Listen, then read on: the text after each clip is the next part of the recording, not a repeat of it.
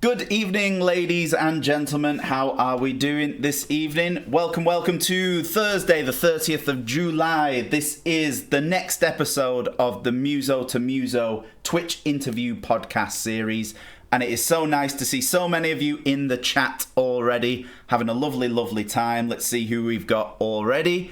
We have got from the beginning, Curve Zax over from Finland. Hello, sir. Hope you're doing well. Jean Chevalier from France. Hello, good evening. Metal Sam and Florian. Fleeda Fladder, Bernice, Sylvie159.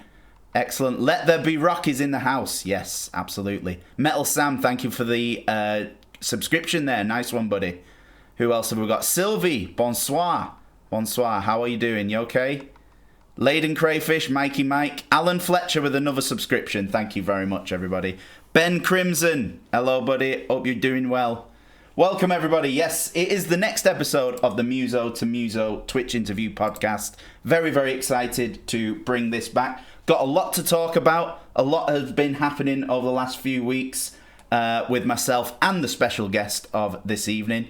And the way this is going to work for anyone who is joining us for the first time, I will introduce my special guest. We're going to be talking all things about heavy metal, all things about the bands that we are in, all things about touring opportunity. But whilst we are chatting away, something you can do for me in the chat, if you have any questions for the pair of us, whack them in the chat for us, and we'll see if we can get through them, and let's have a nice conversation. And then at the end of it, we're going to do some little games and quickfire rounds and stuff like that. So, with that being said, let's introduce my special guest this evening. I've known him for, well over 20 years, I would probably say now. We've been in several bands together. We're in 2 bands particularly together right now. The heavy metal drummer machine warrior that is Martin Mcnee. Hello, sir. Hello, everybody. How you doing? Very well, thank you. How are you doing? Yeah, good, man. Good. Looking forward to this. Yes. And you admitted to me earlier that you've never watched one of my Twitch streams, have you? No, I haven't. I'm afraid. Unbelievable. I know, I feel like such a traitor. Well, now this is the first of many, hopefully. Yeah, definitely. So how are you doing today? All good, yeah? Yeah, all good. Actually been doing some drum recording today for something that's coming pretty soon. You know? I had a moment you were going to say it then. Oh, God, no. No, this isn't my first rodeo. Yeah, fantastic. Yeah, that's an exciting thing that everybody should prepare for, definitely. We say nothing more than that. So, I've started a few of these Twitch interview podcast series in a few different ways now. And with this particular one, I wanted to start with what's happening now rather than going back to the beginning immediately. Because I feel like between us, we've got quite a lot going on at the moment, especially in the Blaze department, and then also a few cool things going on with Absolva. Now, so, first of all, Blaze is on quite a massive high at the moment. So let's talk about the weekend that we've just done. We've just played in Austria, Czechia, and Germany. Bavaria, technically. How was that tour for you? Did you have any particular highlights from the weekend or favourite shows at all? I think they were all pretty good shows. PRS is always good. We played it with Absolva 2 years ago. Great festival, great setup, and this year we were booked as like the opening band, trying to attract the audience in early so they get in there and watch all the bands throughout the day. Munchen was good as well. That's a really nice room. Czechia Festival was good as well. Very heavy though. We were like basically like the Spice Girls compared to every other band. It was insanely heavy. It was just full on death metal, and then here we go. I remember saying to Chris, it was like, I think you've produced the first major chord of the whole festival. Lynch. Sorry, go on. No, excuse me. You go. Excuse me, madam. Yeah, Linz was good. That's the first time we've been to that part of Austria. Beautiful city. Amazing architecture, loads to see and do. And quite a cool sort of, had a bit of like an underground punky vibe venue. But the people in there, it was sold out and it was hot and sweaty, but everybody was singing along and a really good vibe. Yeah, yeah, I agree. Yeah, that was a really nice one because in Austria, I feel like we've done Vienna a lot, and I can't remember. There may have been the odd one here and there, but I don't remember us doing another city other than Vienna for quite some time. So that was nice to see what the reaction would be in a different city, and I think that place sold out really quickly from what I hear. And yeah, you are right. It was a hot and sweaty one, wasn't it? And we didn't have to load in the Viper Room or them stairs. Oh That my was a god. Yeah. bonus. Did Chris count? There was something like 83 steps down. Something like that. And And that's just down, and then you've got to go all the way across the room. yep. Yeah, yeah. It's a wonderful gig, but yeah, it's a workout. Gets those calves working, definitely. And speaking of the Lynn's show, especially with what we did recently, it was sold out, fantastic. But it was also nice because we got to get there the day before the show as well, didn't we? So we had a couple of tipples around the local town, didn't we, of Lynn's? And that was Yeah. really, really beautiful. It was really nice to just kind of put the feet up, relax before the chaos begins, wasn't it? Yeah, definitely. Yeah, it's a beautiful city. Yeah. I want to go back there as like a holiday, just like a weekend break or something, explore it properly. Yeah. Our merch guy at the moment who just helped us out, Aiden, he went in the tram. It's the world's steepest tram, he was saying, something like that. Yeah, he showed us some video footage as well. It looked absolutely beautiful, like going into some caves and everything, and with all the lights going on. I was a little bit jealous, really. He probably did more tourist attractions in that one weekend than we have all year. In about 20 years, Yeah. probably, not just this year. I love it. So yeah, it was a good run, really. It felt really good. It was nice playing all those shows. Munich, I felt, was a tremendous success because that room was just absolutely full to busting from the front to the back. And how do you feel like, because the set list that we're doing at the moment with Blaze, it's such a monumental set list, and with Iron Maiden and all the anniversaries that are going on around that and that high, how does it feel for you? I mean, you've played a lot of these songs, probably arguably more than Iron Maiden ever have done so. But, you know, as a fan yourself, I know with Iron Maiden, how does it feel playing these songs and seeing such a reaction come from it and such a buzz around the set list for you now? Yeah, it's really good. I think as well, I think a lot of the fans, especially the hardcore ones, they're probably, if they didn't play it first time round on the tours, on like X Factor Virtual 11 tours, then they're probably, apart from obviously Sign of the Cross and Klansman, Yeah, they're never actually going to see Maiden play it. So I think it's a nice treat, and it surprises a lot of people yeah, because I think some people, they're aware of Blaze, but obviously they just, because of all the stuff with the red carpet event, the Ed Fest and stuff like that, yeah. they're sort of rediscovering him. I think even Blaze said someone came up to him and said he thought he was dead. That's right, yeah. It's like, oh my god, you're alive.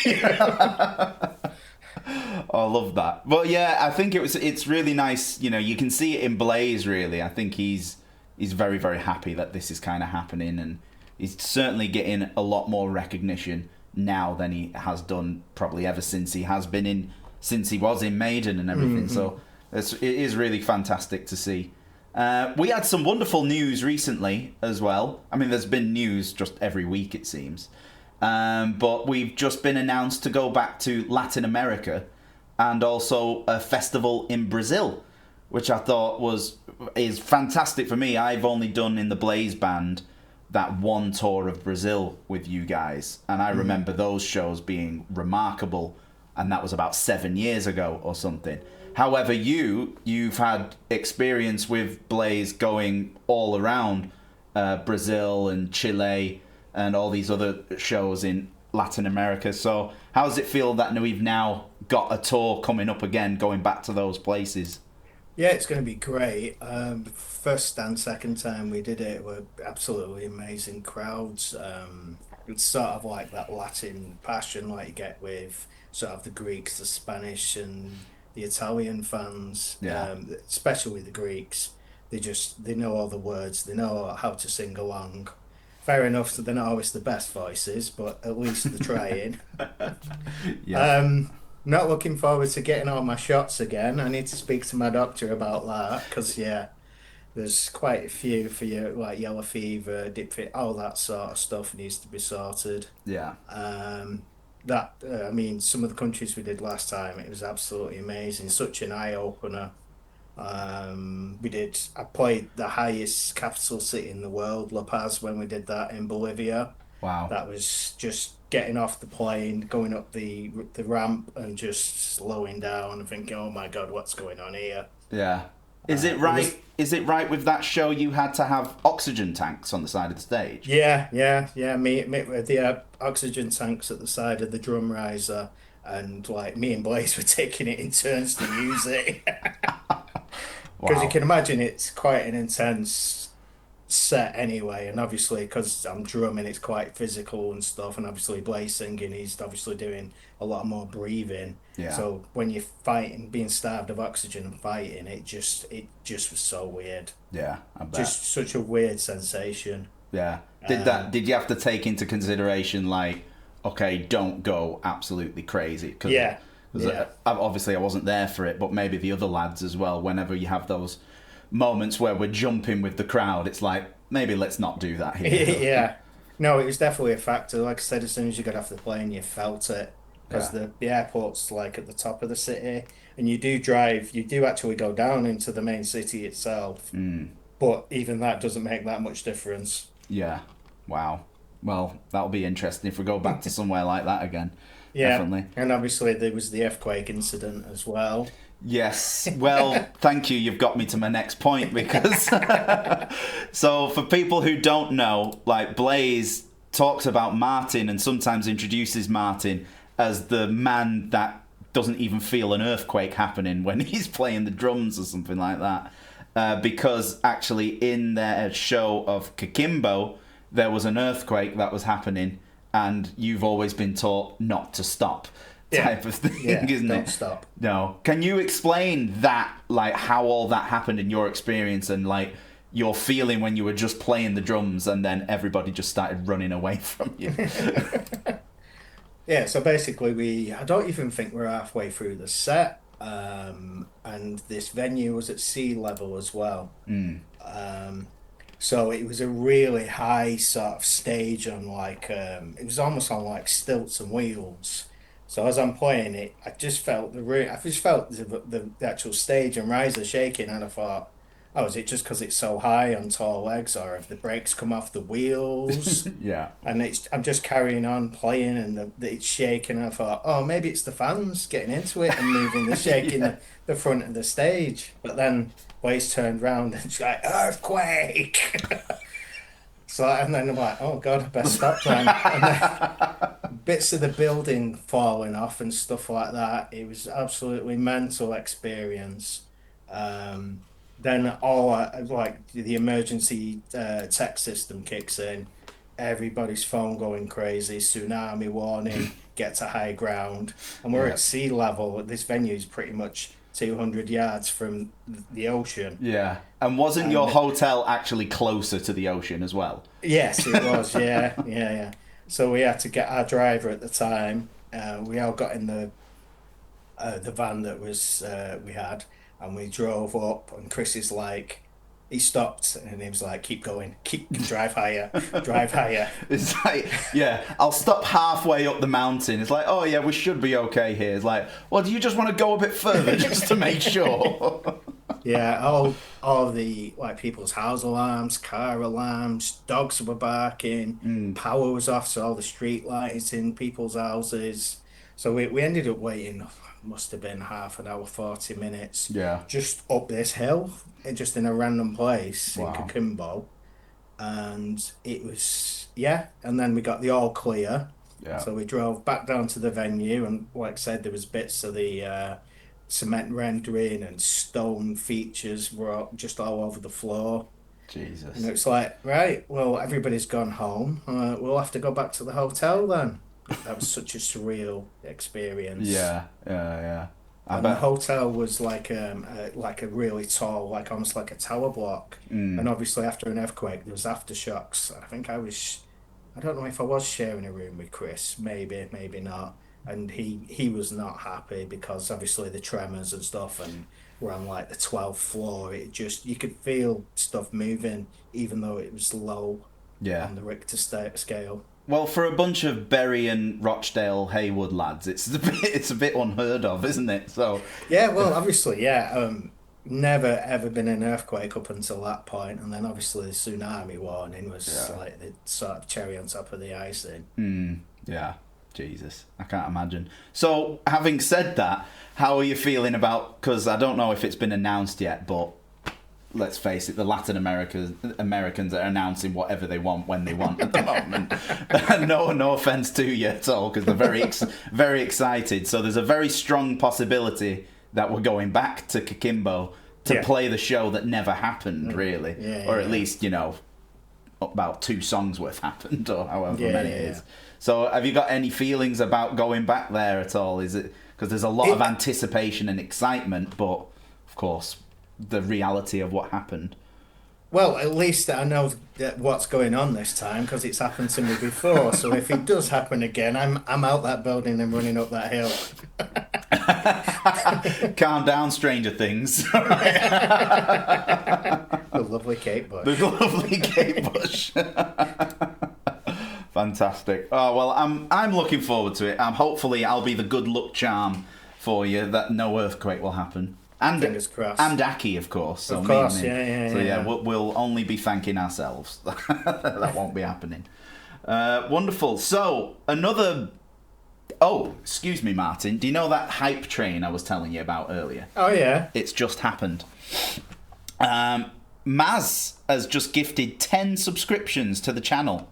Massive thank you, Maz. That's amazing. And so that has boosted us onto a level 3 hype train, everybody. So thank you very much. If you do wish to donate or subscribe, now would be an amazing time, please, because that only just boosts this channel out there to the Twitch lovers. And that has just set a new milestone for my Twitch channel. We have now reached over 600 subscribers on my entire time on Twitch. So thank you very much, everybody. Nice one. So you're obviously my good luck charm here, Martin. Hey. Thank you very much, everyone. Nice one. Right, back to you. So, speaking of things that are still kind of happening at the moment, the biggest milestone of our careers that just kind of happened was the mighty Edfest in Nebworth. And, there's so many things to unpack here with this one.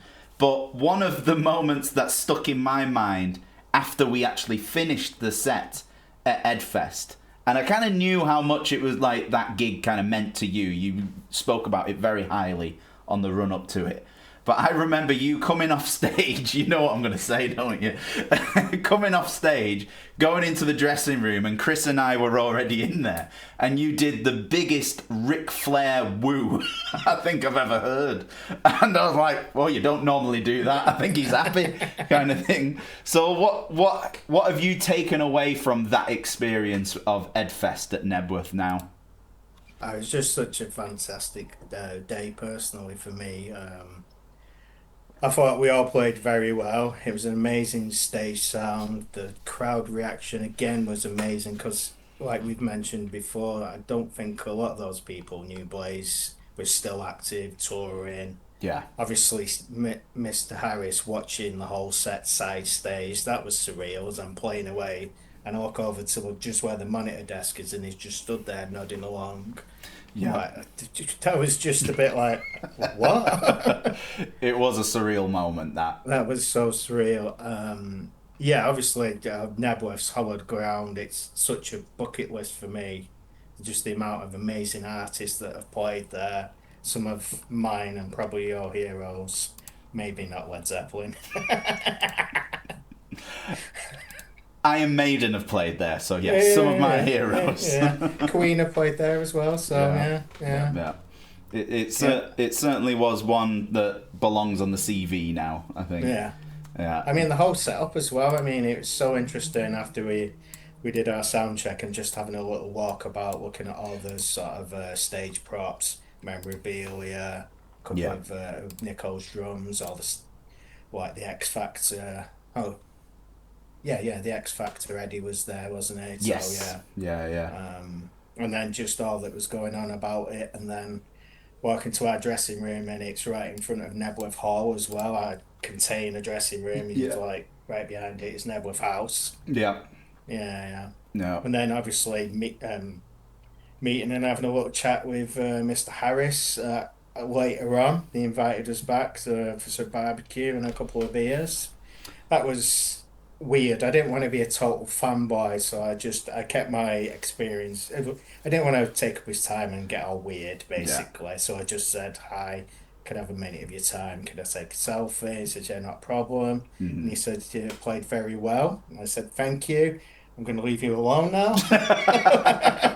I mean, yeah. And there was always, by that moment as well, because I think I got to meet him before the show. But by the time you had met him, I think we'd all had a skinful. I'm sure there was like that little bit of moment in you thinking, I don't want to be a drunk guy slobbering down Steve Harris. No, we've all had it done to us, haven't we? And Yep. it's not very pleasant. So, you know. And that was a really cool moment that you've just reminded me of as well. Being invited back to that little hangout VIP area after the show where Steve Harris and all his crew were hanging out. The Blaze Band, some of Air Force were there. And I remember getting to that big like bar stall and just queuing up some drinks. And you're at a festival, you just assume, all right, here we go, £7.50 and the rest for a pint. And they just lined it all up in front of us and he's like, right, enjoy. I'm like, all right then. He's like, oh, by the way, would you like some Iron Maiden rum as well?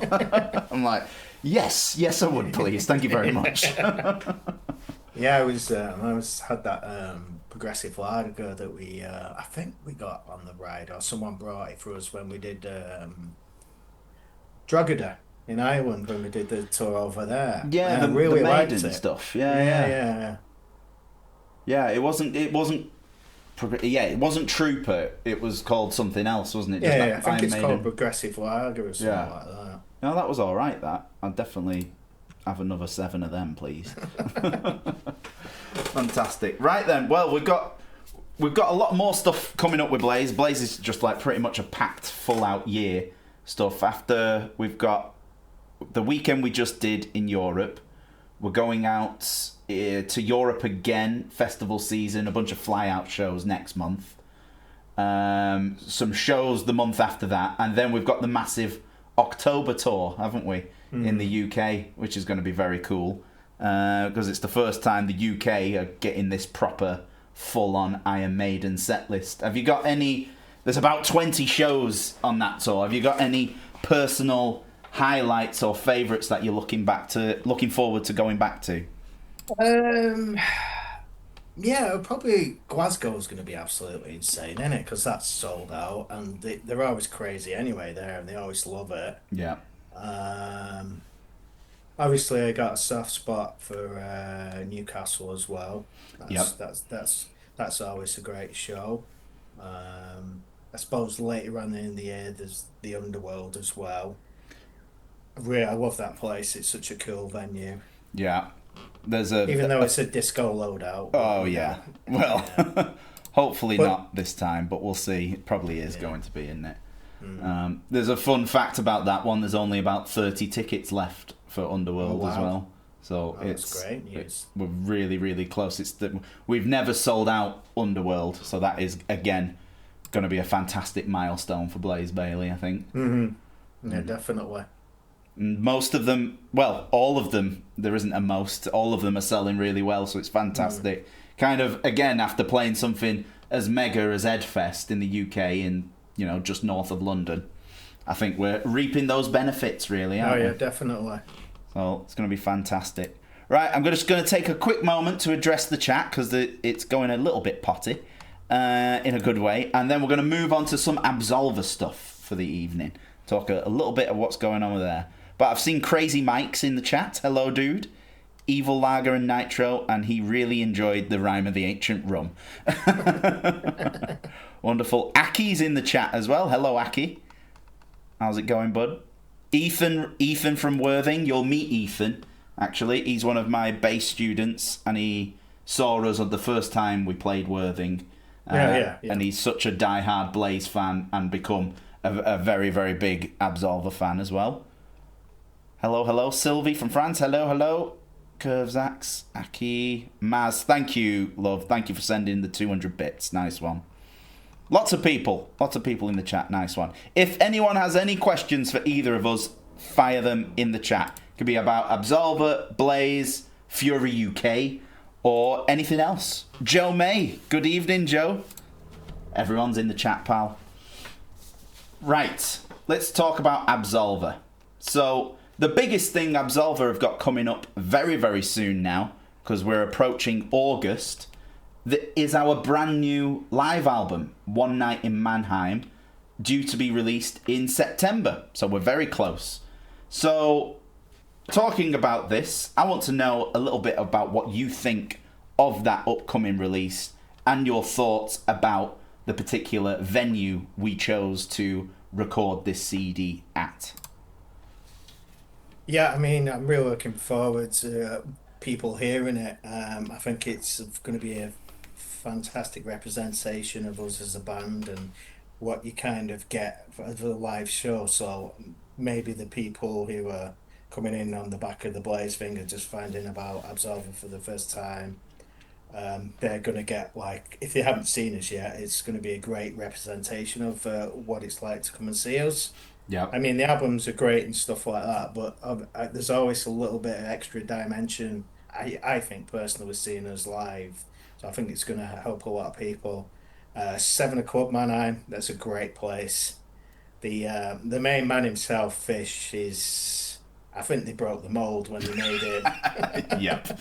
He is so passionate about music, he's supporting us and other live music. He's very passionate and a bit of an old school sort of, I'd say, like end of hippie era. So yeah, he's a character, and I love how he introduces us. Yep. And if you find a video of Fish Mannheim 7 Club introducing Absolva, watch it. Yeah. I can't explain it. That's all I can say. Just watch it. He does certainly. It's all in German as well, so he could be saying anything. But he goes all of a sudden really high pitched and jumping on the stage, doesn't he? He is quite. I remember one of the first. It may have been the second time I had met him. So the second time I personally would have. I know you've played 7 quite a few more times than I have. But the second time I met him, it was boiling hot day, and he was out the front just like watering all his plants in his car with his top off and everything. And I'm like, oh, well then, are we going to give you a bath? And he's like, oh yeah, I'm going to line you all up and I'm going to hose you down. And I was like, right, okay, I know exactly what this guy's about now. And I think I understand why he's called Fish now. Yeah, mad as. Yes, mad as a fish.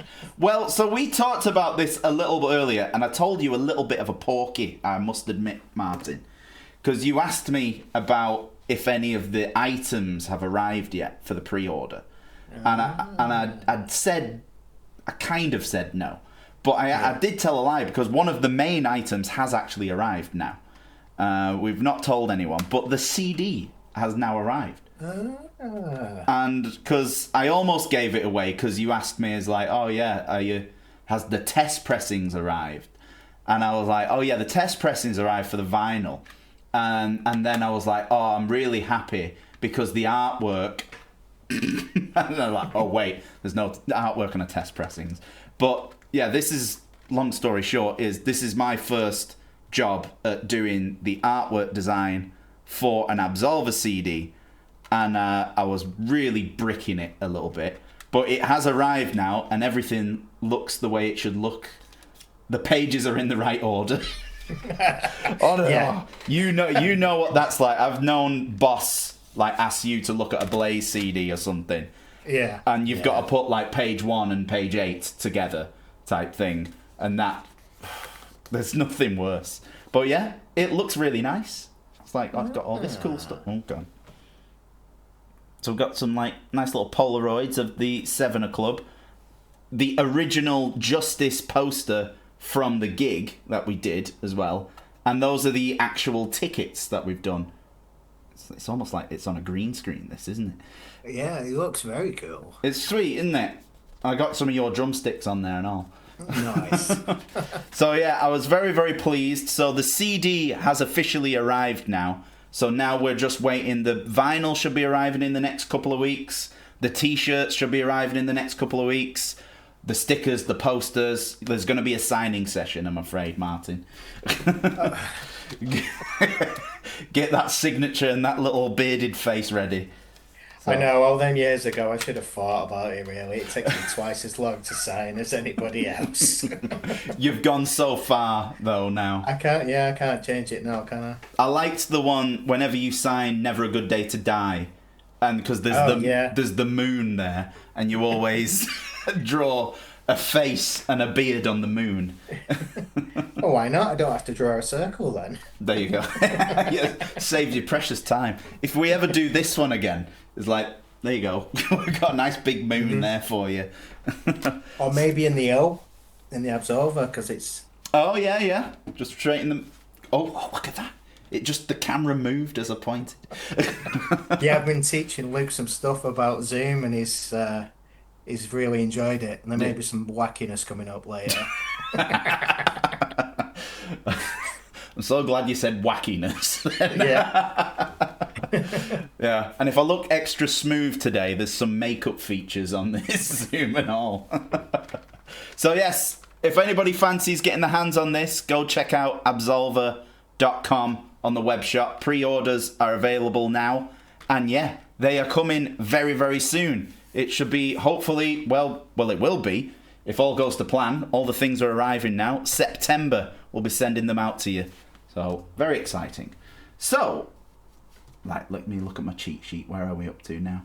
So, we've got that done, all done and dusted. So, you mentioned one thing that stuck out to me with when you were talking about this CD. Is that you think there's an extra dimension or an extra element to seeing Absolva live. Mm-hmm. And you think there's like that extra thing that you get rather than listening to us on a studio album. Now, one of the things that I think really supports that is our version now of our live version of the song Side by Side. I think that is a wonderful example when listening to Absolva on the studio and then now listening to this, because it's a different version now. We did alter it a bit, didn't we?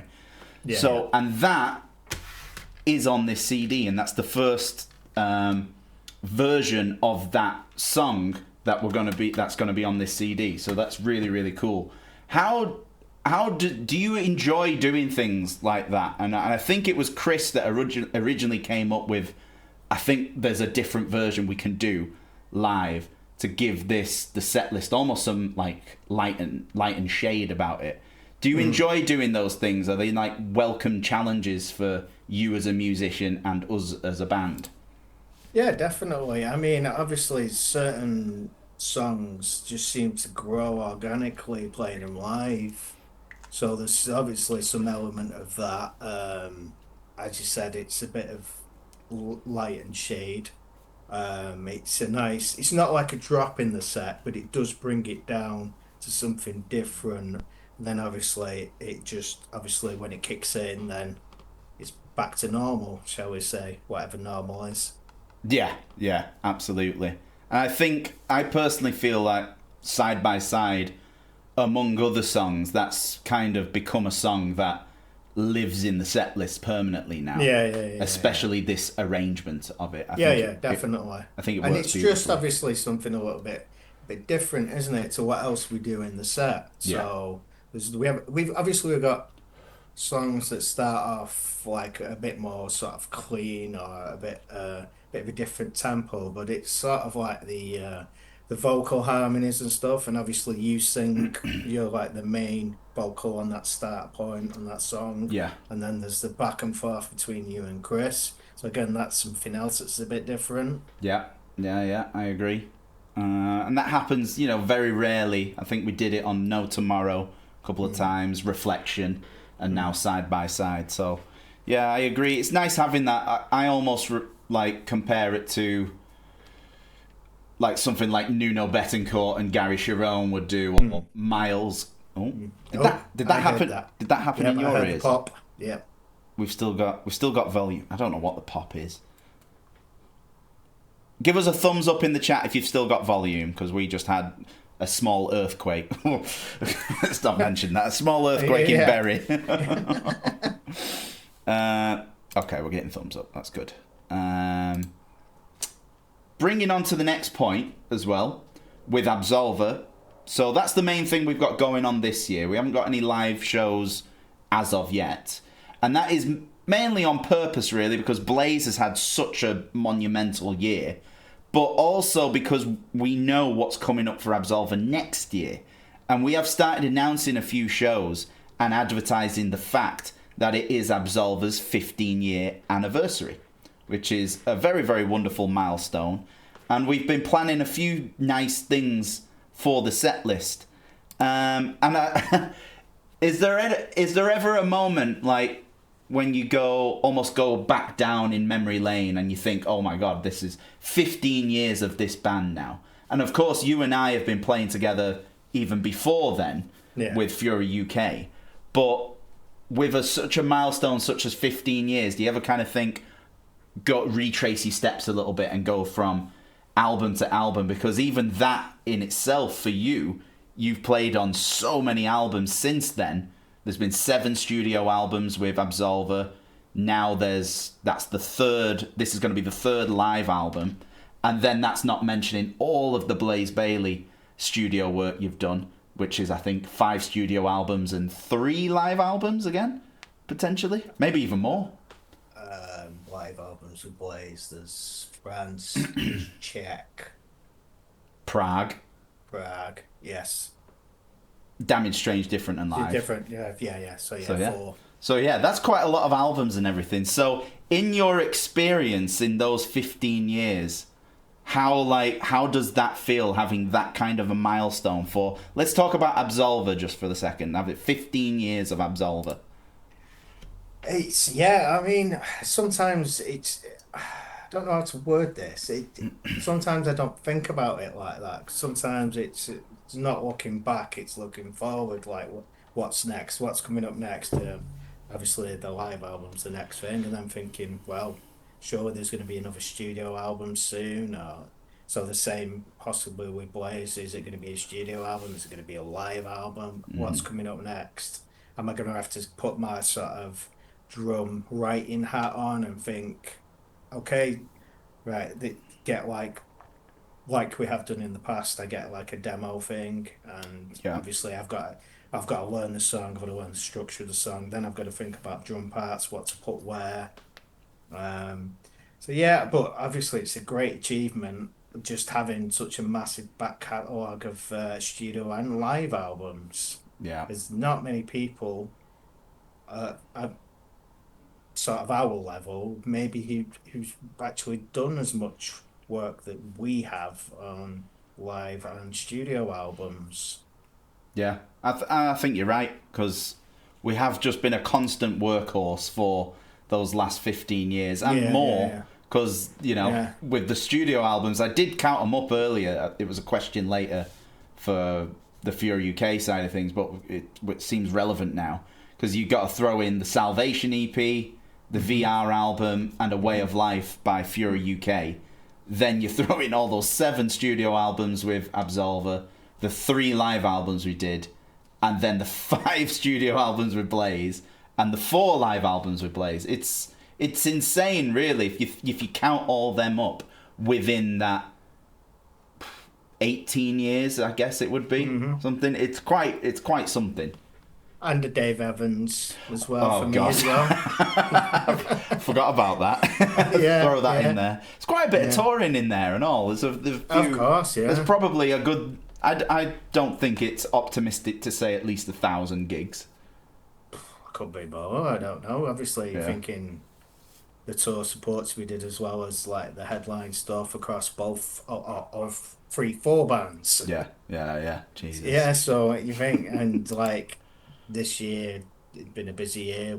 Obviously there was the pandemic that affected everybody, and but if you count imagine how many gigs we do in a year, especially when we were doing double shifts as well as Absolver and Blaze at separate entity. Yeah. It's absolutely insane. I remember Chris saying, I think at the latter end of last year, is like, oh yeah, 2026 it'll be a bit of a quieter year type thing. He always says that. Yeah, and then I'm like, who's in charge of the bookings, Chris? All of a sudden there's like 80 gigs just materialise out of nowhere. Yeah. But not that I'm complaining, I'm very happy to do them all at the moment. As much as I love my church. Yeah. So yeah, that's the biggest thing going for Absolva next year. It is 15 years. It's our milestone of 15 years of being a band. We've got a few shows booked already, one of them being Pentrafest, Call of the Wild Festival, and a few other more festivals that we've got in the bag are going to be announced very, very soon. And expect those UK and European tour dates, because it's going to be happening. And we are thinking of a few themes, but we have one particular theme in mind that will be very, very special that we've never done before for 2027 15-year anniversary. So keep those eyes peeled. Have we talked to you about that yet, Martin? No. All right. Well, you know the songs anyway. Well, that's good. Yeah. You've played them before. Yeah, probably. Yeah, a pirate. Joe Mays put, is it a pirate theme? I'm like, yeah, sure. You, as long as Joe's the special guest as well. I'm sure Joe's already got the market on that pirate theme. Will he not be suing us for copyright? He might be. There's been a couple of questions that have come in, so we'll have just a quick break for the chat. Ethan has asked, what is Martin's favourite Iron Maiden song? Oh, that's a good one. And I'm assuming he means any era as well.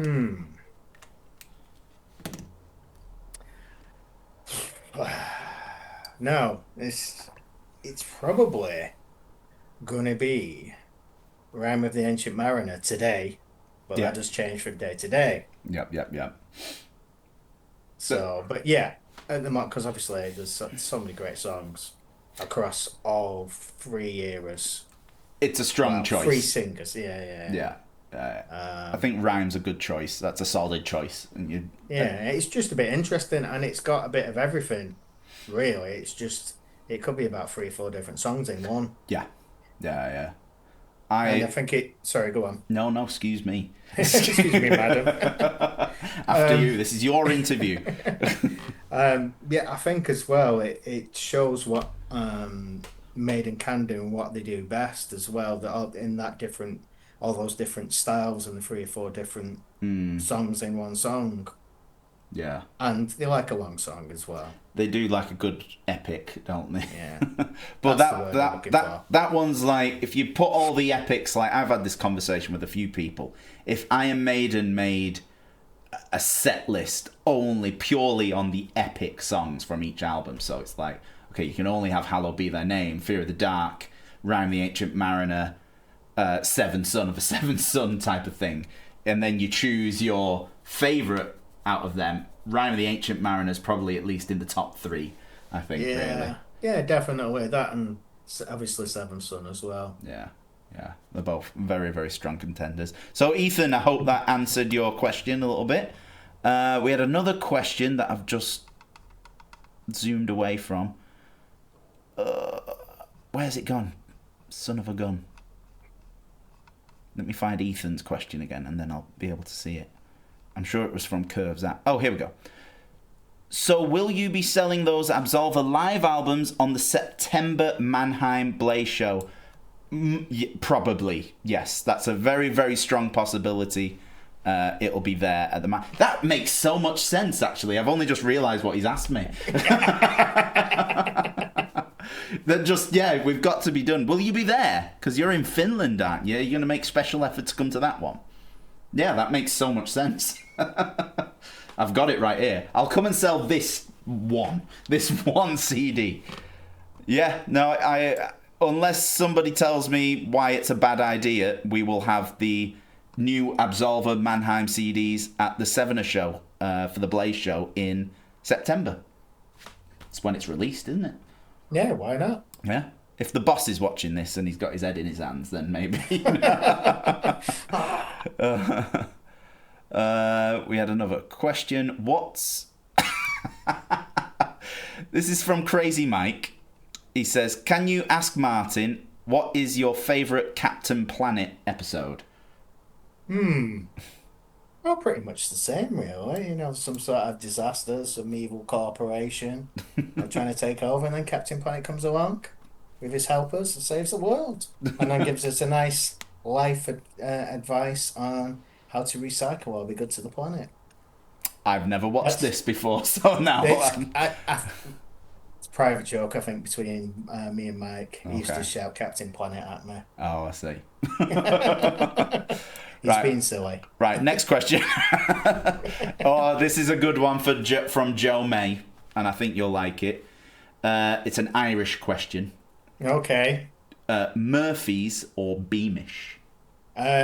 Beamish, just about. Beamish. But obviously it depends pub to pub and where you're drinking it.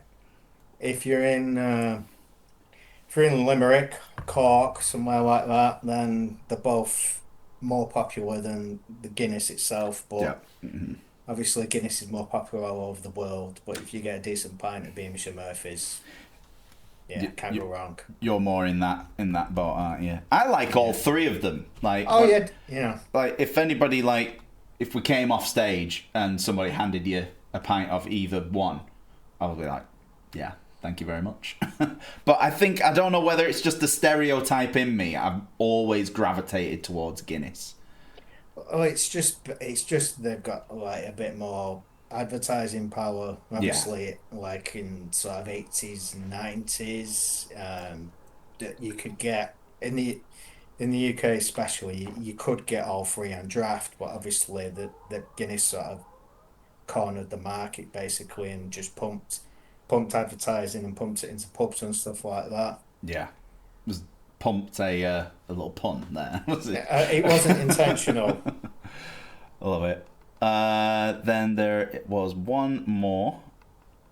Oh, Sean Chevalier says it's going to be very hard for me to wait now that you've just shown that the CD's in your hand. Sorry, I kind of knew that was a risk, but yeah. Sylvie's looking forward to receiving it. Thank you for your pre-order, Sylvie. Everybody loves seeing it. Sounds very happy. Someone says, Side by Side is a song that only hit me properly after seeing it live. I would argue I actually prefer the live version over the studio. The studio one's cool, but I think we have done something really cool with the live version. Yeah, that's like we are saying. Certain songs just seem to grow more organic when you play them live, and you playing them over time. I just think some songs just work better like that. They just need a bit of time, space, and air, and then they grow into something else. Mm-hmm. Yeah. The questions are flooding in now. So this is a good one because this ties in with my game later. And we can see if you're telling the truth or not. Who are your drummer idols? Oh, wow, there's so many. How many can I have? Well, you're going to have a choice of a lot later. So you can choose as many or as little as you want right now. Right. I pretty much anybody who plays on a song I like, they're obviously an influence. Yeah. I know that's a bit of a cop-out answer, but then you've got all your classics like Bonham, Pace, Mitch Mitchell, and there's the jazz guys, Krupa, Rich, Joe Morello, then there's metal guys, obviously Bill Ward, there's Nico, there's Vinnie Paul, there's Lars, there's so many, and I love Brown from Mastodon. I'm listening to a lot of Mastodon at the moment. I think obviously anticipating the new album that's coming out. Same with Charlie Benanti, Anthrax. I'm looking forward to their new album as well. He's a great Loving drummer. the stuff. loving the stuff they've put out already. And they've both bands have teased two songs. Yeah, I mean, anybody who's picked up a pair of sticks, played on a song I like, or inspired me to try something, I'll listen to something, I'll do something different. Yeah. Well, I like that. I've never thought of it quite that way, really, but it makes sense, really. If you enjoy the song and enjoy what you're listening to, it can always give you that little bit of extra inspiration from a Oh, yeah, different angle. definitely. Okay, there's a couple of questions here that are asking that are on my sheet anyway, so I'll skip that one just for a moment. Final question before I move on to my next round of questions. This is from KMCKMC666. What's your favourite song to play live and why? Uh, Blaze or Absolva? First question. Why don't you do Blaze and Absolver? Okay. Right. So, Defiance is a great song. So is From Beyond the Light. Absolva songs. What's the reason? Blaze. What's the reason you're choosing them over others? Is there? They're kind of both a bit challenging. So even though I've played them a lot, I still have to keep switched on and concentrate and get the parts right because there are parts that are obviously integral to the song Yeah. and also very recognizable. I So I think. can't just sort of skip through it and not that I would, but you know what I'm saying? I can't just buff my way through it or Yeah. just take it a bit easier. Yeah, you can. Yeah, I Because have to focus. there are definitely certain songs that we have done that are just very straightforward rock and roll songs. Yeah, or even just relying on muscle memory. I mean, you're still playing them right and correct, and they're great songs to play, but because you played them that much, it's kind of you don't think about playing them. Yeah. It just happens. Yeah. I don't know if you're the same when you play bass. You Yeah. just you're not relying on thinking. It's automatically there. You don't have to think. And sometimes that's a good thing. That's not necessarily a bad thing if you know the material that well. It just flows. Yeah. Totally. Yeah. Agreed. All right. That's Absolver side of it. I quite like. I remember like you hearing Defiance for the first time as well, and you've always got a good sixth sense. Of when we bring a demo to the table, whether it's my demo originally Yeah. or Chris's demo. And I Yeah, think yeah. 90% of the time you always guess which one's which. And the ones that usually have something strange or an Yeah. odd timing is more often than me, isn't it? Yeah, usually I don't know, you like kind of like you're like a bar of 2/4 in certain places, so it's not strange, but the way you play the riff and the way it counts, it's almost like a 6/4, but it's not a 6/4, it's a 4/4 and then a half bar, Yeah. and then it changes. So that's one of your things I know if you've done it that's a bit of a giveaway. Yeah. Um, Not that that's a But bad thing. I just know I recognize certain things you do as a writer that I thought, I don't know, this is a Luke's on this. a cool coincidence, and because I remember you saying that to me. And then I've been learning a hell of a lot of Metallica recently. Yes, they like to do that. Oh Yeah. yeah, and maybe it's just because like when I write a riff, it's just like oh this just feels so natural. But then if you're learning something with things like that in, it can be quite throwing really because you're like oh Yeah. yeah, there's a nice groove here. Oh, but by the way, just have a bit of that as well. Just Yeah. have a bit of extra of that. No, yeah. Yeah, I think yeah, Metallica definitely do those sort of 2/4 sort of bars. Yeah. So that was a nice little kind of coinky dink when I can't even remember what song it was. I think it was something like "Struggle Within" off the Black Album. Yeah, That yeah. is like when you listen to it, it's like oh yeah, this is just a cool metal song. But playing it, those 2/4s are everywhere in the strangest places, and yeah, but it makes Like it I say, really when good. you're writing it, it feels natural and stuff. I guess that's where it comes from. Yeah, I got a lot of odd time signature stuff. It's just you playing a riff, writing it. You don't even think. yeah, I sit down and purposely, right, I'm going to write a song in 5/4, 7/4, or 4/4 and a bar of 2/4. You just play it Yeah. and it happens and it sounds good. Yeah. Mm-hmm. But when like the drummer comes along and you go, oh, okay, oh, right, I see what's going on there. Yeah, yeah, yeah. Are you all right with 7/4? Well, I can play Money by Pink Floyd, so I guess so. Good, right. Just in, sorry everyone, geeky talk and a little bit of like a pre-production talk because I've been writing a demo or two and there's some sections with 7/4 in it, but it's like a half-time 7. So rather than just a da da da da da da da da, it's more like a da da da da da da da da, almost like that. 3.5 then. Yeah. You'd be all right with that, wouldn't you? Yeah, 3.5. Yeah, that'll Good. be fine. If anything, I don't think you're the one I'm worrying about with a 7. There's two particular people I think if it lasts anyway, Yeah. they might strangle it out of me or something. Well, the only other way to do it is counting it as a 4 and a 3. That's another way to do it. Break it Yeah. down. 1, 2, 3, 4. 1, 2, 3. Ba, dum, ba. There you go. Yeah. Problem solved. Easy. Or a 5 and a 2. 5 and a 2. 6 and a 1. Yeah. It's all That would be maths, isn't it? strange. Yeah. I mean, yeah, if you play long enough, it's going to add up to 4 in the long run somewhere. Yep. I'm sure there's a multiple of 7 that adds up to 4 as well. Yep. It's like that bit in, you know what I'm going to say now, don't you? Is it going to be the unbeliever? No, it is not the unbeliever. No, sign of the cross. Sign of the, oh, of course, yeah. Well, Yeah. it's one of, yeah. Yeah. Well, yeah, oh, God. Me and Aki still talk about that. I was so surprised you count that in 4. Yeah. But that's how it feels. Yeah. You feel it. Feeling it that way. That's the way it works for me in my head. Yeah. Well, I don't want to mess with that in your head.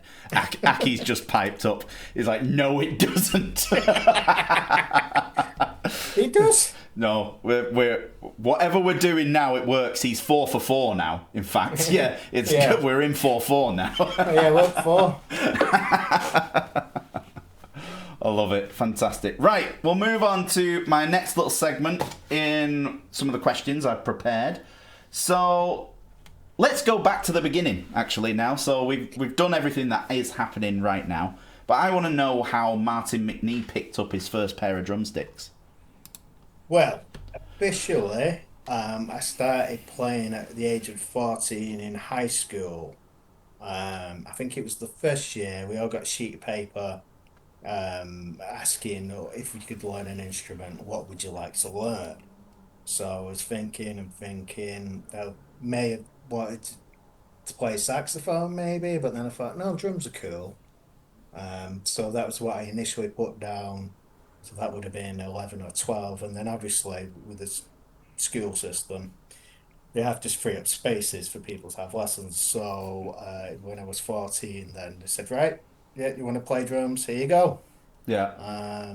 So that's the official way I started. But apparently when I was maybe 2 or 3, my auntie got me like a Fisher Price drum, basically. So obviously my mum loved that. Yeah. At 2 years old, a toddler just going bang, bang, bang, bang. I love that. Apparently, Can I sorry, pause? Can I pause you just for a second before we go any further? At the beginning of that sentence, did you say there was a possibility you were going to pick up the saxophone? Yeah, because my musical upbringing, there's a lot of because my mum and dad a lot of soul and Motown, a lot of funkies, sort of stuff, bluesy stuff. I'm a child of the 80s, and Yeah. saxophone ruled the world in the 80s, basically. I think you could have been the coolest looking saxophone player ever. It's like it's you and that guy from the Lost Boys. Just gonna say the Lost Boys. Yeah. I think you need to get that on a side hustle, mate. Well, was it? Where was it? It was that place we played in Spain? I don't know if you were with us, and their beer pumps, saxophones. So somewhere there's a photo of me posing like side on at the side of like the beer pump, blowing into it, and it's in the shape of a saxophone. Yes. Somewhere, I'll have to try and find that photo. Oh, fantastic. I love that. I never knew that before. Yeah, so yeah, 14 started playing, did all like school shows, did all like the regional band competitions with the brass bands and stuff like that. Um School assembly, stuff like that. Obviously I played a bit of percussion then because there was two good kit players, so I had to obviously wait for them to leave before I could move on. I had a great teacher called Jonathan Price, as well as one called Mr. Charles. Jonathan was a massive jazz guy, so he Right. taught me how to read drum music and stuff like that. The Epitaph Stone Book of Learning, the Buddy Rich snare rudiments, or Nice. Ruddy Bitch as he used to call it. Yeah, Fantastic. So that actually explains kind of a lot because your playing style as well. Because like I knew you for the first time was jam nights at the Wishing Well in Haywood. yeah. So jamming a lot of blues, and Hmm. I may have seen you do the odd jazz number or something like that. Or it was right Yeah, over my something head. yeah. But Yeah, you were only dead young then, weren't oh you? yeah, I was like, what? Blues was enough for me, and then what is this jazz thing you're on about? But that does actually explain if that is kind of like your upbringing of a drummer go Mm. into your playing style. That when I saw you at the Wishing Well, I mean, you certainly have got metal in you now, but Hmm. back then it was much more kind of Yeah. rhythm based feel Yeah. and everything. Would you agree with that? Oh yeah, definitely. I mean, a lot of the heroes talking about, like obviously, like your Mitch Mitchells, and stuff that era, Bonham, Pace, Moon, they got taught by the old jazzers. Yeah, So if and like Bill Ward especially, if you listen to a lot of early Sabbath, you can tell that he's been taught by a jazz guy yeah, because they're like there's the swung feel about it yeah. and the way he Hmm. plays, the fill style. So all them from that 60s, 70s era were taught by the previous drummers from like the 30s, 40s. Yeah, Same with the rock and roll guys. They were all taught by the jazz guys. So you yeah. can hear a bit of that in like rock and roll and also blues as well. It's interesting that evolution of how that stemmed from that. And you hear drummers now, and it's like a lot of metal drummers. It's like friggin' double bass central blast beats, or if you're Yeah, going yeah, into yeah. more hardcore, like the classic metal, I feel like there's a lot of double bass drum and that sort of stuff. Whether it's that sort of still exists from the old jazz guys, maybe there's a little bit of that there, but if on average, if I go to a metal festival now, Bloodstock or something, I think it has changed significantly. Yeah, yeah, yeah. It's a lot more straight rather than sort of swung groove stuff. It's all about um a lot more precision and lots of notes, as many notes as you can play Yeah, yeah, yeah, in a bar basically. Don't get me wrong, there's some great modern metal drummers who just yeah, that's what I like about some of the modern metal drummers. They can do all that, but they can also groove and so and you can feel it or you can yeah, hear it. yeah, yeah, yeah. I think God rest his soul. I think Vinnie Paul was a good Mm. example of that because Oh, definitely, yeah. he Bags could, and he, bags of groove. yeah, that was it. It was like proper. They almost pioneered of something what you'd call groove metal or Oh yeah, something. definitely. It's Yeah, yeah. like I totally agree. try and not bang your head or stomp your foot on the ground to some of their songs. But yeah, so got how you picked up the sticks and your inspirations and your teachers at the time. What was the first drumming performance that you did, and potentially what was also your first band that you did? Um, First drumming performance would have been probably something like a high school assembly, Yeah. something like that, or one of the shows and stuff like that, or like one of the sort of regional band competitions. Um, First group was actually again from school as well. It was the school wanted to have like a sort of a rocky band itself. So they set up and it was called Ace. and that was basically his school motto: achieve, innovate, care, excel. That was the school motto, so they made named the band Ace. Okay. Obviously, It's quite so interesting. we did all sorts of stuff. We did it was a bit more like a softer style rock. I think we did some Bon Jovi songs and stuff like that. Yeah. A couple of classic things. And I'm still friends with Lawrence Cook. He was in that band with me. Ah, cool. There was a couple of the girls from the choir, and Ian Leyland, who's now sadly passed on. He was the bass player. Right. Cool. So yeah, probably again first start performance as a band like that instead of sort of a traditional brass band. Again, would have been like a school assembly, or like they used to have like talent shows, stuff like that. So you get like obviously the bands playing and stuff like that, people dancing, you know all that sort of basically like X Factor. Yeah. Yeah. Yeah. Not the album. No, not the album, not the Iron Maiden album. No. Love it. All right, let's move on to this is the final kind of little section I've got here before we get some shenanigans on the go with our new Zoom settings. So it's the Fury UK section, really. I want to dig into a little bit. So this is before Absolva existed. We were a band called Fury UK.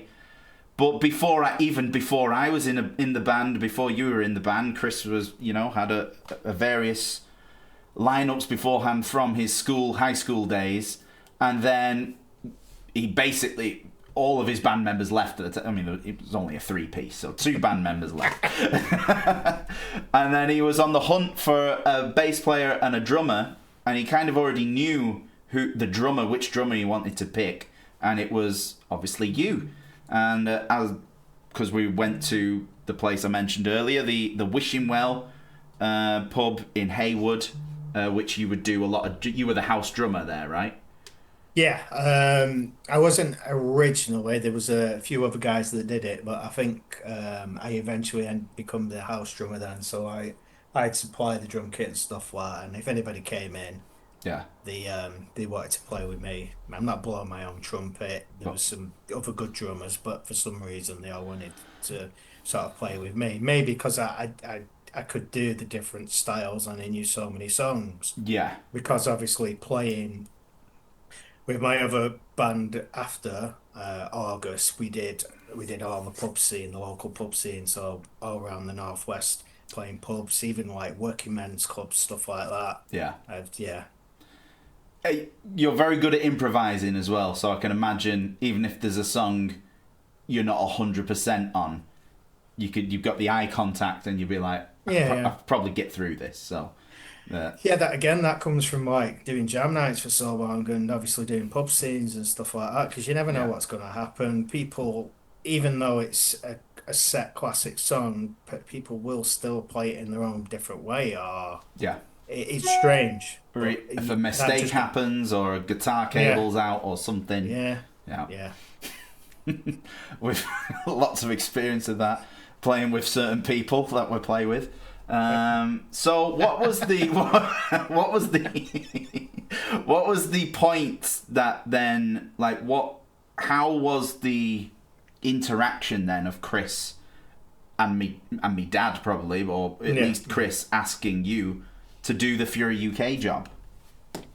I think it was because I get up a few times with him and I know he'd always wanted to do songs that were, slightly more obscure but more well known, and Mm, I knew those songs. yeah. Like for example, everybody wanted to do Wishing Well. The pub was called the Wishing Well, so every weekend when the covers band on, they must have thought, "Oh, let's do the Wishing Well. We must be the first band ever to do this song in this place." And I'm like, "Oh, God, again." Was it there? It became their stairway to heaven. Exactly, yeah, yeah. So obviously he'd pick more obscure stuff. So I think maybe that caught his eye, or even a guy called Mark who used to come in, fantastic bass player. He got me to learn some like Duran Duran stuff and a few bits of Rush as well. So maybe that's the other thing as well. Obviously, Boss is a massive Rush fan. Yeah. So as someone doing Spirit of the Radio at a local jam night, I mean, it happens, but not that often. And Yeah. I guess that was sort of part of my audition. That Yes, I bet. yeah, that I could do these songs that were slightly obscure, but not obscure that people still knew. Yeah. Then he asked me, and I was like, "Oh, I don't know," and stuff. And he basically war of attrition on me, just kept asking me, kept asking me, kept asking me. You know what Chris is like. And then I just said, "Yeah, let's give it a go." Obviously, I was a bit apprehensive, nervous, like the usual self-doubt thing. Am I good enough? Is this going to be good? Am I good enough to do this with what they want? Because obviously they both had an idea of what they wanted to do and how they were going to do it. Yeah. And I was stepping into like a band, not stylistically different, but obviously I didn't know all the material and stuff like that. Sure. So that was obviously part of a fast learning curve, having to learn this material in a short space of time. Yeah. So yeah. Yeah. Because at that time, it would have been all the Face of Adversity songs, wouldn't it? Yeah, yeah, Fucking yeah, hell. yeah. It's a blast from the past. And then you had a couple of years with Cropper, and then Adam Cropper, the bass player, who was then hired when you joined. I did the Salvation EP, Yes. and then Adam Cropper stepped down from the band shortly after, or after that, in between the Salvation EP and VR. And then Chris was like, "Well, I've got a lovely bass player who lives with me," and he's like, "That's when I got introduced to the band." So we're talking, I was 14 at the time, I think that was right. And Around about then, yeah. our first, I always say our first gig together was actually Bloodstock, but that's a lie, because the day before we played Bloodstock, it was Chris's birthday bash at Grand Central. Yeah. And we played, didn't we? Yeah, yeah. That felt like, I think it's always cooler to say, "Oh yeah, our first gig together was Bloodstock." Yeah, I remember that quite well because obviously you're very young. And what's the age difference between us now? I'm 46. I'm 32. 32. 32. So obviously that's a big age difference, isn't it? And when you're being so young, and obviously it kind of felt like the little brother thing, could try and look after him. Because again, coming from like pub circuit and stuff like that, just Yeah. there's some idiots. Let's just put it that way. Yeah. And you looked after me well, especially at Bulldog Bash. Yeah. Introduced me to the finer fruits of life there. Yeah. And oh my God. I don't know if I'm allowed to say this or not, this next bit, but there was once when I shared a tent with you and Sega at Bloodstock. We had a large tent, nothing fruity. But then, it was... I slept very well, though. Yep. So, oh God, that's a long time ago. Yeah. In fact, that would have been the first Bloodstock, in fact. That makes sense. Yeah. Amazing. Yeah. I loved that. And so, that's a question for you, because for me, obviously, but I was only 14, doing Fury UK VR, that was our first album as the three of us, that was my first professional recording studio environment type thing. The only thing I had ever done before then was in Chris's home studio for my Breakdown band, which was, my first band as a kid with two great musicians. But that was just very home recording type thing. Before VR, had you had any proper experience in recording studios? Yeah, with the old band August, we did an EP and we did it up at Studio. You remember the place with Pete? Yeah. So the same place is that kind of how we got in touch with that? Was that the link? I don't remember, if I'm honest. Yeah. But I don't know if it was just one of the local studios. Yeah, but I done some stuff up there. Nice. That was a great studio. I enjoyed that. It was, yeah. He's a good, nice man, Pete, as well. Yeah. That was a nice introduction to that side of things and knowing what to do. And I remember I was so because kind of like how Blaze is with your earthquake situation. It's like, no matter what happens, don't stop. Yeah. There was a few things that was always drilled into my mind when being in a studio that Chris and my dad would always say. It's like, in between every take, check your tuning. Make sure you're in tuning and everything, because that's the last thing you want. You do an amazing performance, but your tuning's out. Yeah. I took that very literally. Like, every time we stopped, it's like, oh, sorry. I'm like, nope, just down. And then Pete was like, what are you doing? You've checked it like 55 times or something. He's like, yeah, but I want it to be right, you know. It's like No, that is good practice, as you say. If you do the best take in the world and it's out of tune, nobody's going to hear that best take in the world, are they? Yep, absolutely. So, right, so you've already done some nice little experiences there. We've already covered this, so I'm not going to say it again. This is all about all of the CDs that you've done. And then we got on to, of course, A Way of Life. Oh, actually, I've just thought of something, because let's go back to VR for a second, because this is a very good one, and it's for the title track, VR. Yes. I think I played that on a stream not that long ago, actually, on a Metal Monday. But one of my favourite things watching you record was not actually on the drums. It was the robot voice in VR itself. Yeah. Do you remember doing that? I do, yes. I had to work on my enunciation because my Mancunian was coming through VR. Yeah, it was the most Mancunian robot you've ever heard. I remember it was like, welcome to VR. Yeah, I had to proper work on that. That was a bit challenging for me because, like, obviously being a drummer, I'd never done anything with sort of enunciation, diction, and expletives and stuff like that. And obviously your P's and B's and S's and all that, and how you have to sort of almost say a word how you would never naturally say it, but you have to say it that way to get it across clarity wise. Yes, absolutely. And you know, the UK has so many dialects going on. You can just I could walk to the opposite end of Bury and hear a completely different sounding Bury Black Pudding dude and everything. I mean, I think I'm pretty different in, like, mainly probably because I do so much travelling with you lot, and I spent so much time in Yankee land over there. I think my accent's just a muddled mesh of Southern, Mancunian, American, and whatever else I've seen to picked up. I don't think it's a typical Manchester accent, but then it sometimes comes out when I'm around you lot.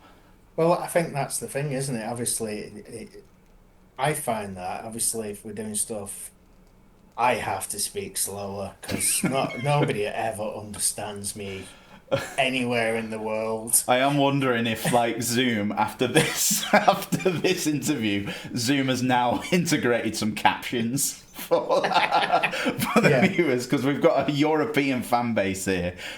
And they're like, well, I know. I really enjoyed your questions, Luke, but the answers I still don't know. Maybe that's the Scottish-Irish heritage as well coming through, part of the... Yeah.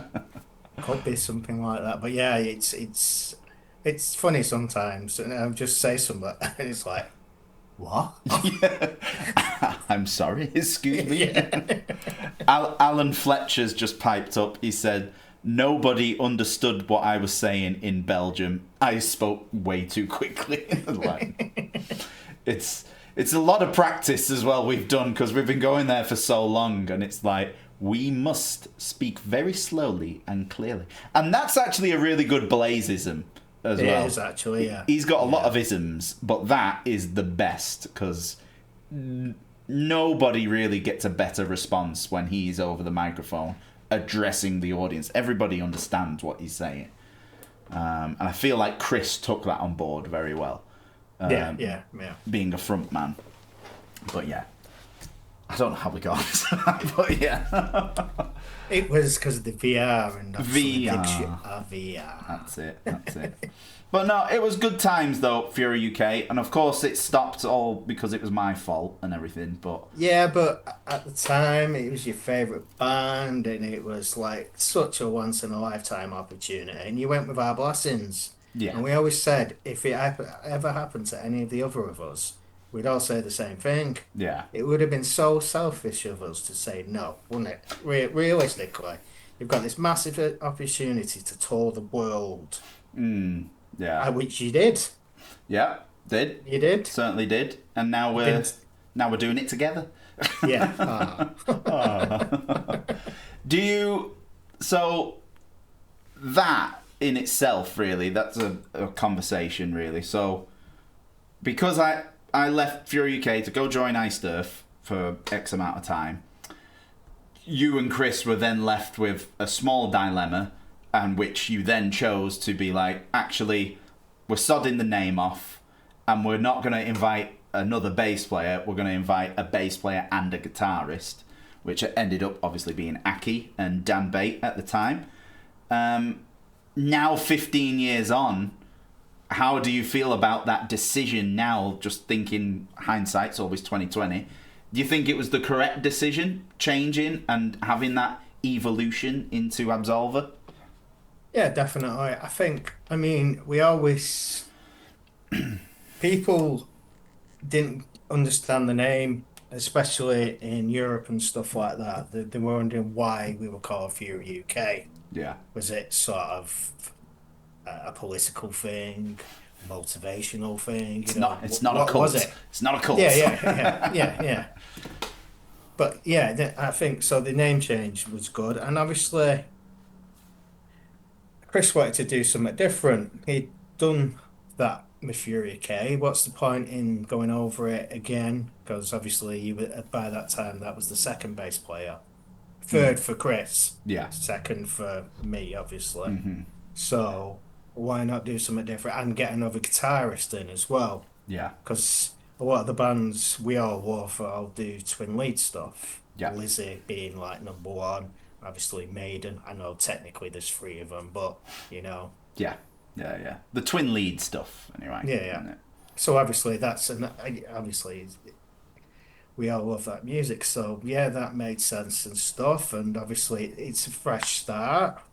You're not obviously you're gonna get compared to like, oh well, this is two-thirds of Fury UK starting a new band, but obviously it's just enough so you can move on. You're not living on the past and past days and glory of Fury UK, Yeah. because we did some great shows, didn't we? That Saxon support tour was amazing. Yeah. That's such a Really? then obviously the band you joined, that tour, support tour. I don't know if I'm allowed to say the name. You can say the name. It's not, I've said the name many times on here. I've still played the song sometimes on stream. Yeah. So Yeah, I have noticed you have done a few videos and stuff like that, and it's part of your history. You wrote some of those songs and stuff, and they were always your favourite band and stuff like that. Yeah. And so why not? And Yeah. The band who shall not be named. Walter Moore, as Chris calls them. Yes, but yeah, obviously it's a fresh start and stuff like that. So yeah, it was good. I think it was the correct decision at the time. And you did touch on a good point as well, because Fury UK did do a lot back then. In between, when did we first start doing? I mean, that was our introduction to Blaze Bayley. Really, of course, yeah. It's like yeah. before I joined, you had done like the odd show supporting Blaze and everything, and then shortly after I joined, we got that massive UK tour, supported Blaze in Greece, in Switzerland, which then led to... Did it lead to Michael Schenker first? Yes, I think it was Michael Schenker first. I get it mixed up. So it goes Michael Schenker tour, then the Y&T tour.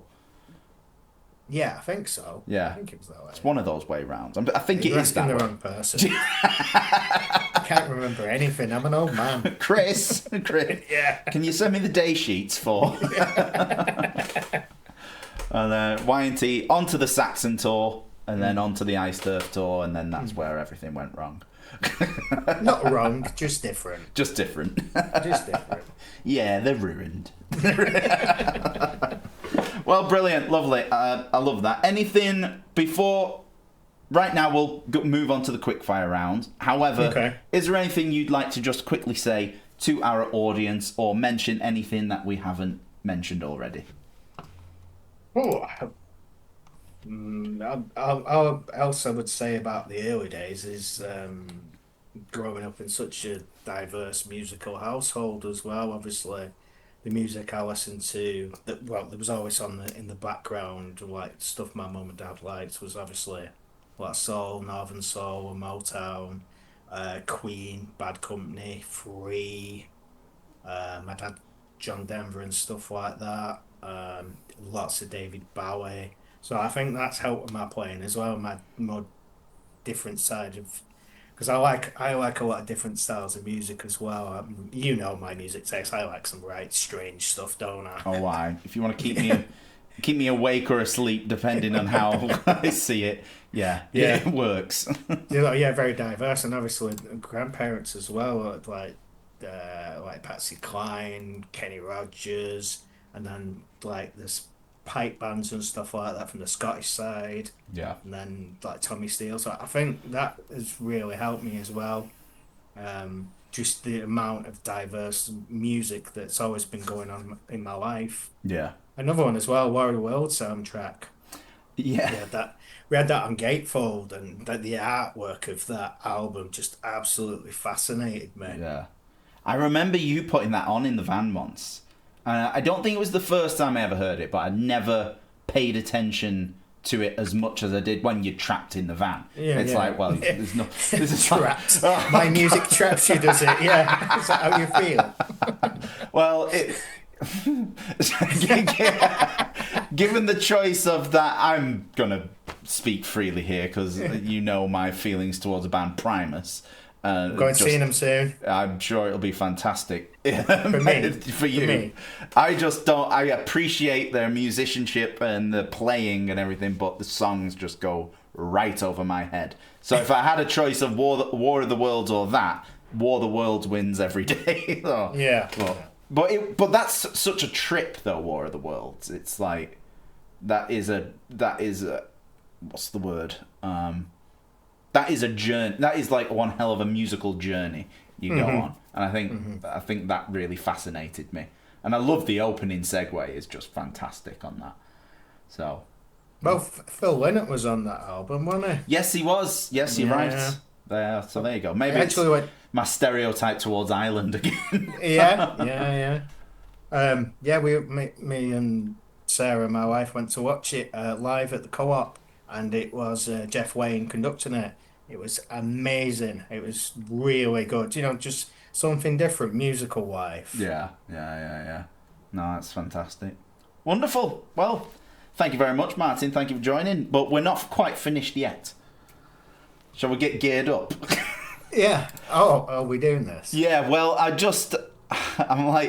tempted to put the screen on something else and then have a grand reveal. Okay. I think so. Right, I'll tell you what we're going to do, everyone. We're just going to take a 60-second interval while Martin and I get in costume. And then we're going to do the quick fire rounds. It's a different little segue right now. So I'm going to put the opening screen on for about 30 to 60 seconds. And then we're going to do this, okay? So we will be right back after these messages.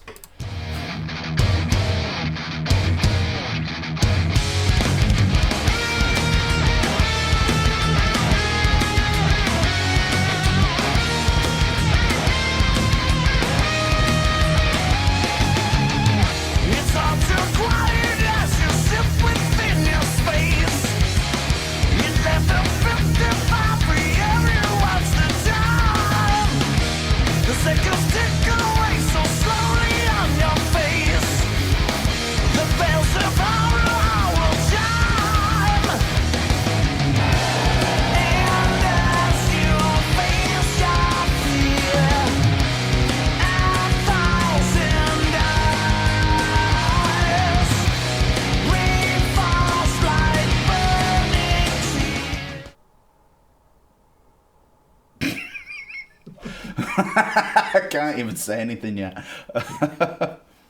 Okay, everyone, we're going to continue the stream like this. Fantastic. It's amazing. This is basically the next Captain Sack Blabber Absolva Fury UK reunion gig right now. I think you should have a fancy background, Martin. I think you should have a fancy like. What do you mean, like There you go. space? Is that good or? Whatever you think. Oh, there you go. That'd be nice. there we go. Is that the Golden Gate Bridge, San Francisco? This is basically the van. Aki says. Wonderful. Right, here we go, everyone. We're going to do our quick fire rounds. You know how these work, so I don't need to explain this to you, do I? No, you don't. If you're talking to me. Definitely.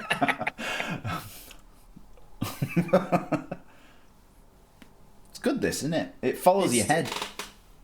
Ooh. Right then. So, I've got 3 quick fire rounds. The first one is going to be your favourite drummer. I always do. Okay. And then the next 2, I'm not going to tell you what they are. We'll see. Okay. So, thankfully, you gave me a few bits of inspiration earlier when we were talking about drummers, so I've added a few extra names here. But there's about 15 to 20 names here. So, oh, wow. Here we go. Are you ready? I think I'm ready. I think I'm ready. Ready as hell. So, your first choices are Joey Jordison or Dave Grohl. Joey. Joey. Joey Jordison or Mickey D. Mickey D. Mickey D. Mickey D or Dave Lombardo. Dave, just. Dave. Okay. This is going to be a horrible one. Dave Lombardo or Vinnie Paul. Vinnie Paul. Vinnie Paul. Vinnie Paul or is it Travis Barker? Yeah, it is Travis Barker, but Vinnie Paul. Vinnie Paul. Vinnie Paul or Mike Portnoy? Vinnie Paul. Vinnie Paul. Vinnie Paul or Tommy Aldridge? Vinnie Paul. Vinnie Paul. Vinnie Paul or Lars Ulrich? Vinnie Paul. Vinnie Paul or Vinnie Appice? Vinnie Paul. Vinnie Paul. Vinnie Paul or Ginger Baker? Oh. Vinnie Paul. Vinnie Paul. Vinnie Paul or Charlie Benante? Oh, that's tough. It's horrible, isn't it? It is a horrible one, that. Vinnie Paul, just. Vinnie Paul, yeah. Vinnie Paul or Ringo Starr?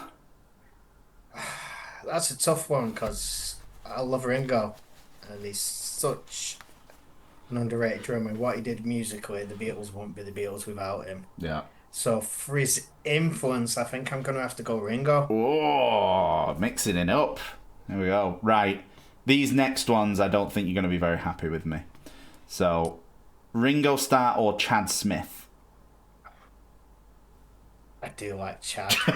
Yeah. I've never seen Scooby-Doo look so in pain before. Who did you choose there, sorry? Chad Smith. Chad Smith. Chad Smith or Keith Moon?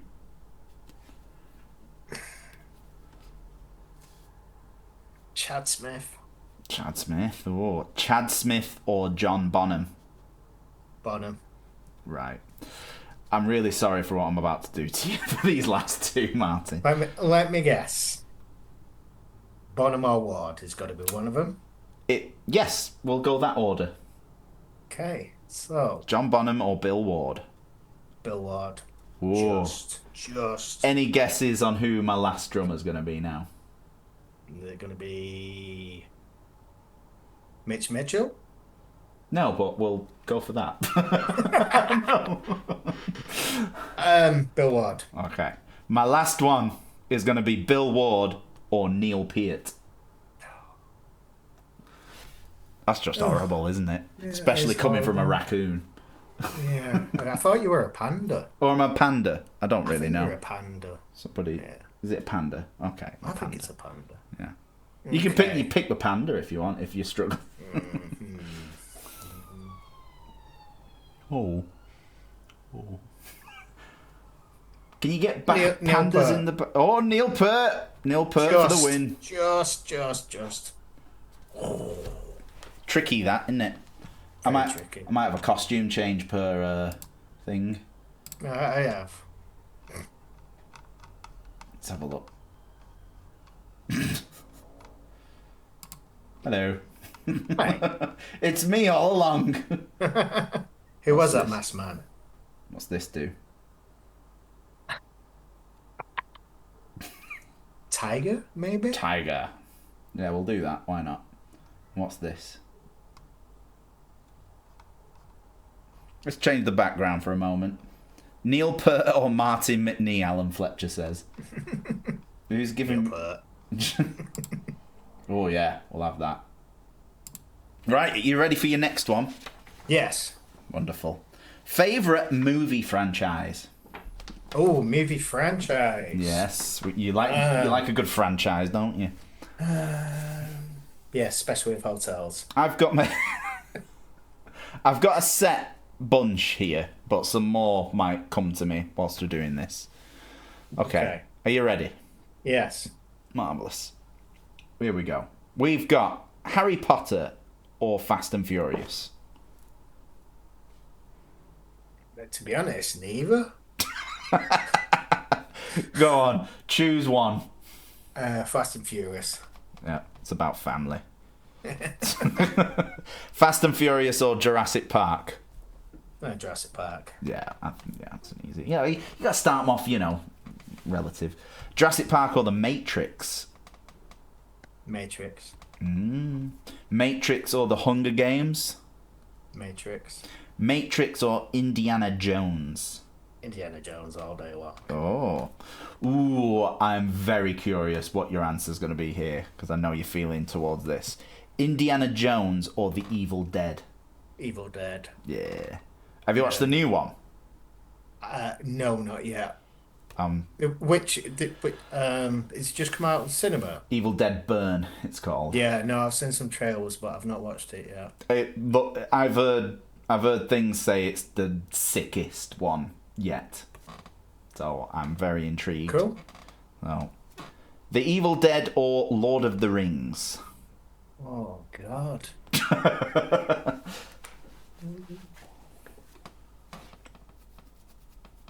Now, I'm going to throw this out there as well, because you can have the Evil Dead original trilogy, you've got the new trilogy, and you've also got Ash versus Evil Dead. It's like the franchise of it, I would say.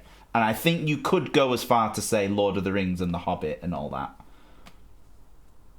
Probably, yeah, Evil Dead then, because of Ash vs. Evil Dead. That made me laugh so much. Do you remember when we just had that entire day off and we just watched all of it? Yes, I do. That was a good day. That was a wonderful day, and we just got takeout delivery in Germany, wherever we were. I think it was Germany, yeah. Yeah. Evil Dead or Rocky? Evil Dead. Evil Dead. Evil Dead or The Godfather? I do like The Godfather, but it's Evil Dead again. Evil Dead. Evil Dead or the Dark Knight Batman trilogy? Oh, they're great as well. And again, I would be willing to, expand that as well. So the whole DC universe and the Batman side. The Batman side of, DC Universe, the original Tim Burton ones as well. Oh, God. That doesn't make it any easier at all. No, it doesn't. And I'm only doing that because that's, 6 movies of Evil Dead and the series. And then the Dark Knight trilogy. George Clooney, Val Kilmer, Mr. Freeze. And then you've got the 2 Tim Burton ones. And then Adam West, you can throw that in as well. Evil Dead. Evil Dead stays, yeah. Oh, this will be an interesting one. I think you like this franchise. Evil Dead or Back to the Future? I do like the Back to the Future. See, a lot of these ones you're picking, like Indiana Jones and Back to the Future, it's basically my childhood because I'm a kid of the 80s. Yeah. So I've got really, really fond memories of them. Yeah. But I remember who did it, who was doing it last. I think it was Gabby from Primer. And she got to Rocky, and it was between Rocky and Back to the Future. I was like, that would be a serious choice for me. Again, though, Evil Dead. Staying with Evil Dead? Wow. Yeah. Hey, it might go all to the end here. Because we've got Evil Dead and James Bond. Bond movies are great, though. 27 of them, is it? Something like that. Still Evil Dead, though. Ooh, well, you'll be the first one who's chosen Evil Dead at this rate. Right, the last two. Evil Dead or Star Trek? Evil Dead. And then finally, Evil Dead or Star Wars?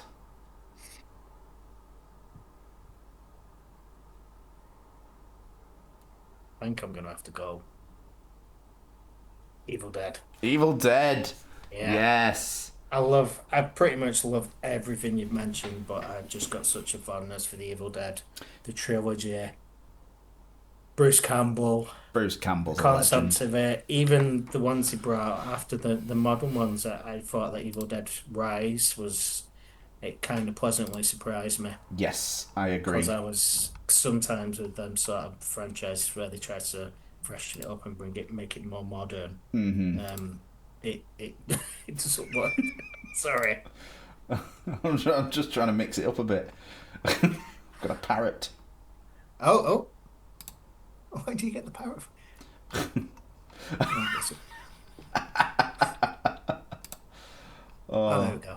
I love a parrot. What else have we got? This is rather fitting. Yeah, we'll have that. There we go. As soon as we've just done movies, yeah. I'll have some 3D glasses. Ah, there you go. Excellent. Well, we got the last one. Actually, I'm going to do this one. This makes sense. We'll put some No, we'll do this, actually. That makes sense. It's too bad I can't have multiple of them. Right, Probably could, but it might melt the computer. Right, we're going to do the last one. So we've got a good selection there. The last one is your favourite type of potato. And then it all comes together. Where's Joe May? Where's Joe? Yeah, Joe May, are you still in the chat? You might have some strong feelings about this. Simpsons reference. Yeah, there, the Potato Man. The Potato Man. Right, are you ready? I am ready. Starting off with two top contenders here. We've got crisps or mashed potato. And it can be your favourite type of crisps. Mashed potato. Mashed potato. Crisps. Sorry. That was a Pantera moment then. It was a Pantera moment, yeah. Mashed potato or curly fries? Mashed potato. Mashed potato. Mashed potato or hash browns? Depends what time of day. Because you can't have mashed potato for breakfast. Who the hell says not? Well, you could. In fact, I might try it. Well, you can have sausage, mash and beans. Yeah, mashed potato. Mashed potato. Mashed potato or potato salad? I do like a potato salad, Oh. but mashed potato. My mum makes a fantastic one. Yep. Mashed potato or potato gratin? Gratin. Yeah, there you go. Justice for gratin. Why, has someone been on and not like gratin? It's not, in my opinion, and of all of them I've done, it's not got the attention it deserves. Okay. I felt like a lot of people just frigging breezed past it. Yeah. And I'm like, that's like top 5 for me. It is up there. Gratin or wedges? Gratin. Yeah. Gratin or sweet potato fries? Gratin. Gratin or tater tots? Gratin. Gratin or a jacket potato? Gratin. Gratin or classic French fries, brackets Belgian fries for my Belgian viewers. Gratin. Gratin. Oh. Gratin or boiled potatoes? Gratin, that's easy. That was easy. Gratin or potato waffles? Gratin. Okay, right. Now here are the two heavyweights. Yes, I know what these two are going to be. Potato gratin or roast potatoes? Roast potatoes. Yeah. It's funny, I feel like I should separate these two, really. Now, the final one is your favourite type of proper chippy chips. Okay. Versus roast potatoes.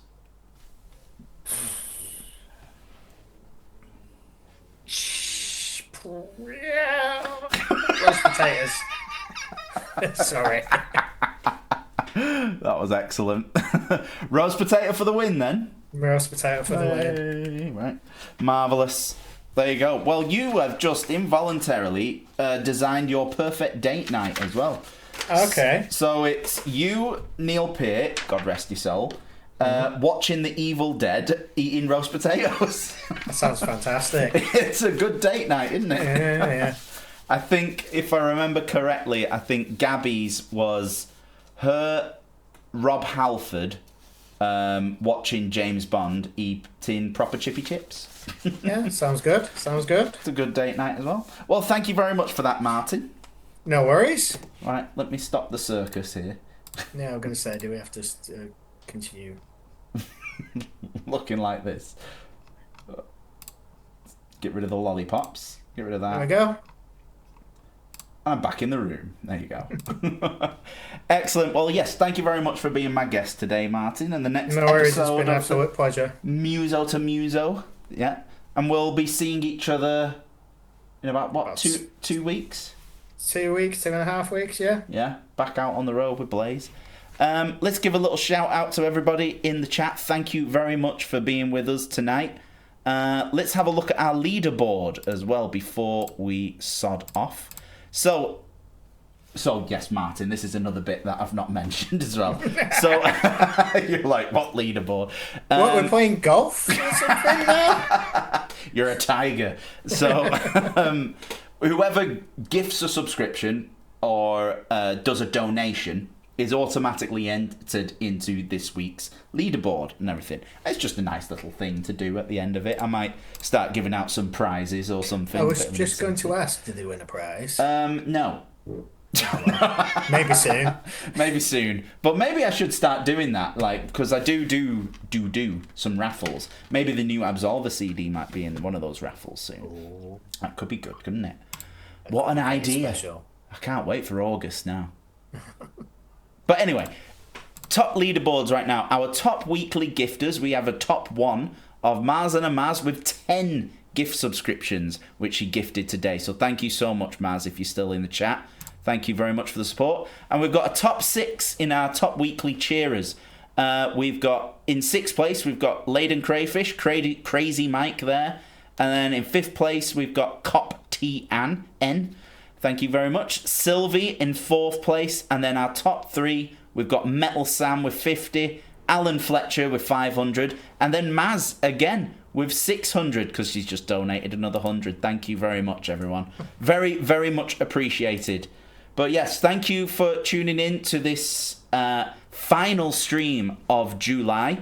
I will be posting August stream schedule very, very soon. It'll be posted in my Discord server first, and then I will post it around social media. But I've got some cool themes for next month. It's a very, very busy month with some gigs, and I'm going to a few festivals. I've got some acoustic shows as well. But I do plan on streaming 1 or 2 of my acoustic performances as well. So that'll be part of the Twitch schedule. So I will let you know very, very soon. But thank you once again, everybody. I will see you next month. Thank you, Martin. Anything you'd like to say? Buy our stuff. You heard it from the man. I love it. Thanks again, Martin, and I will see you all later. Night, night.